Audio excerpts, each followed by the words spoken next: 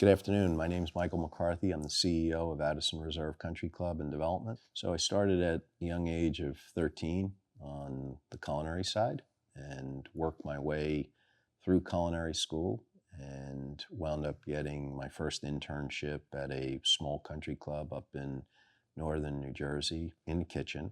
Progressed and worked my way out of the kitchen to general manager of a small club in northern New Jersey in 1994.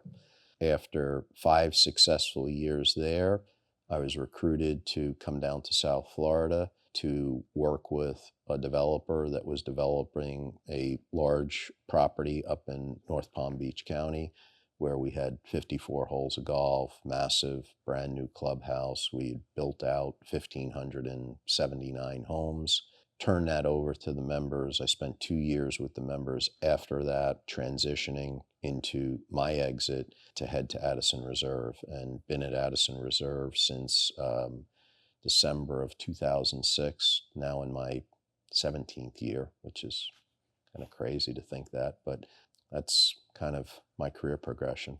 So I think in time, your role as a leader changes, right? I mean, when you start off in your younger days of your career, you're very hands-on and into the day-to-day operation. As you become a better leader and understand and mature, that you need to rely on the leaders that you hire to run the businesses associated with the company that we all work for in Addison. You start to understand that for you to be successful as a leader, you have to let go of the micromanaging aspect of the job that young leaders usually get stuck in. And at this stage of my career, and probably the last dozen plus years, I would say my role is the chief visionary officer of this organization.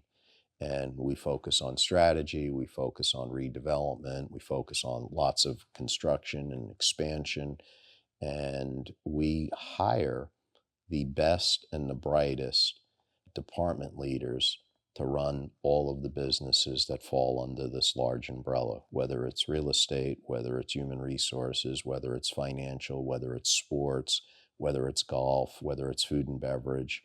I have to rely on those leaders to lead those men and women that comprise of the incredible people that we have working here at Addison for all these years. And I think too many times we see leaders get drawn back into areas of operational need when there's bumps in the road. And I don't think that's healthy. When you create a culture where the leaders of your organization understand clearly what the expectations are of the organization, and you define what their roles and responsibilities are, what your expectations are for the company. Ours is pretty simple. Our mission is very, very clear. Excellence is our standard. That is the mission, as what we strive for every single day. Is very clear to not only our department leaders, to our supervisors, but to every frontline man and woman that work for us. And when you can get to that level and there's total clarity on that, it becomes clearer to everybody. It's simple. Is this excellent? If not, then how are we going to make it excellent? And, we put that back on our leaders. We put that back on our men and women. And I think it makes their job easier at the end of the day. So this membership has an incredibly high expectation. Sometimes maybe unrealistic expectations.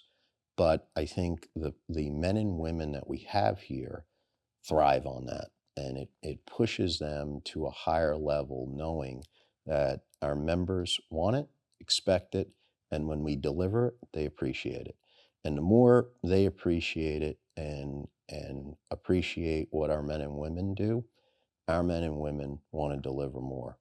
We pride ourselves on this culture here that is second to none. We just have better people. And I'm not just talking about staff, I talk about our members. And I think they feed off one another, that the better our team performs, the more appreciative our members are. And the more they let our men and women know that, they come more of a tighter family and really want to do nice things for one another. And I think we've grown this company from a $15.5 million a year business 16 years ago to a $43 million a year company with the same amount of members. That's a pretty impressive growth pattern. We've done over $125 million worth of capital X improvement projects here to improve the lifestyle of what our members get to see, use, and play with every day. We just don't chase the next project. We make the membership experience so good on a day in and day out basis that we outgrow spaces where it's easy for us to go back to them and say, hey, this is the next expansion because you're getting frustrated that you can't get into certain events. You can't get the Pilates time that you want. You can't get into the massage room at the time that you would like.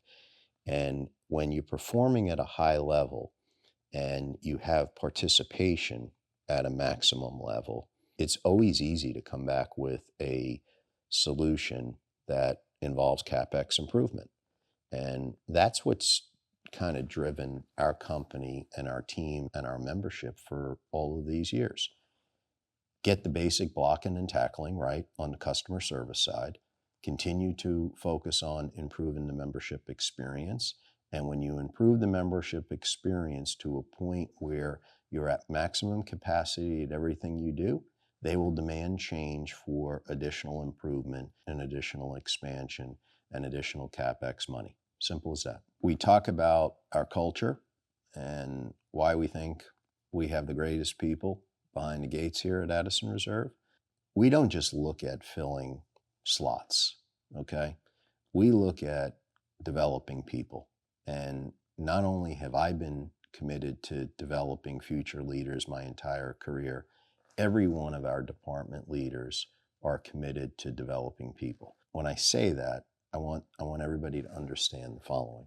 When you reach the level that you can no longer grow in our company and we don't have that next position available for you, I truly believe, and so do every one of our leaders believe, that it is time for us to find a new opportunity outside the gates. And at that point, we then will start to look at opportunities where we will graduate these individuals, where they can go out and flourish and take on additional responsibilities, which in return creates a positive financial impact for themselves and their family. We've been committed to that forever. I believe that everybody should start somewhere in food and beverage. Why? Because I think food and beverage is real difficult. I think it's real demanding. And I think it sets you up with social skills by being able to socially interact with people on a daily basis, that those skill sets will be with you the rest of your life. Whatever career you take on, nobody will ever be able to take that away from you. We also look at the opportunities that are under this big umbrella that we have here. I mean, food and beverage is just one component of this. I mentioned earlier that this is a $40 million a year company. We're also responsible for over $2 billion worth of real estate investment here. We're running a real estate company. We're running a HOA, which is a homeowners association office out of here. We got a full-time and fully staffed accounting department. We got a full-time, fully staffed HR department. We have sports, recreation, spa, agronomy, golf, tennis, pickleball. There are so many professions that fall under this umbrella. And too many times we wind up in these hospitality schools talking solely about food and beverage.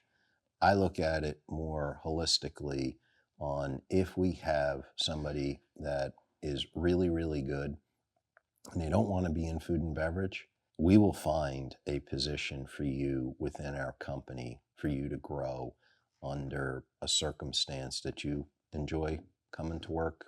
We preach it, we believe it, and we do it.